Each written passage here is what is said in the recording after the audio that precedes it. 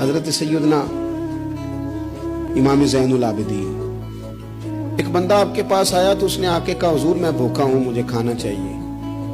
تو امام صاحب نا اونچی اونچی آواز میں رونے لگ گئے، رو پڑے، درد کے ساتھ روئے. پھر گھر گئے، کھانا تھیلے میں باندھ کے سامان لائے اور لا کے نا دیوار کے ساتھ رکھ دیا. اس کو بلایا، کہنے لگے فلانی دیوار کے ساتھ میں نے کھانا رکھا، اٹھا کے لے. آپ کے صاحبزادے کہنے لگے ابا جی ایک تو رونا آپ کا میری سمجھ میں نہیں آیا، لوگ سوال کر ہی لیتے ہیں، اور پھر یہ کہ آپ نے دیوار کے ساتھ رکھا تھا اسے دے دینے میں کیا حرج تھا. تو امام صاحب فرمانے لگے پتر رویا اس لیے ہوں کہ یار وہ بھوکا تھا اور مجھے پتہ ہی نہیں تھا، پتہ نہیں کتنی بھوک سہ کہ اسے کہنا پڑا ہے.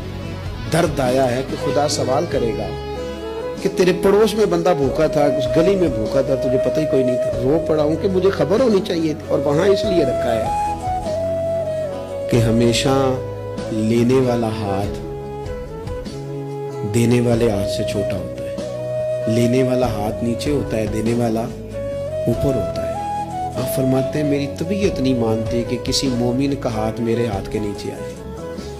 یہ سارے ہاتھ شانوں والے ہیں، لہذا میں ہاتھ سے پکڑاتا ہی نہیں. میں کسی کی نظر کیوں جھکاؤں، کیوں کسی کو اس طرح کا کروں کہ اس کی نظریں جھک جائے میرے سامنے کہ مجھے اس نے دیا ہے اور وہ شکر گزار بنے. فرمایا میں نہیں چاہتا. اتنی بڑی سوچیں جب لوگوں کی ہوتی ہیں تو پھر میرے بھائی انداز اور ہوتے ہیں.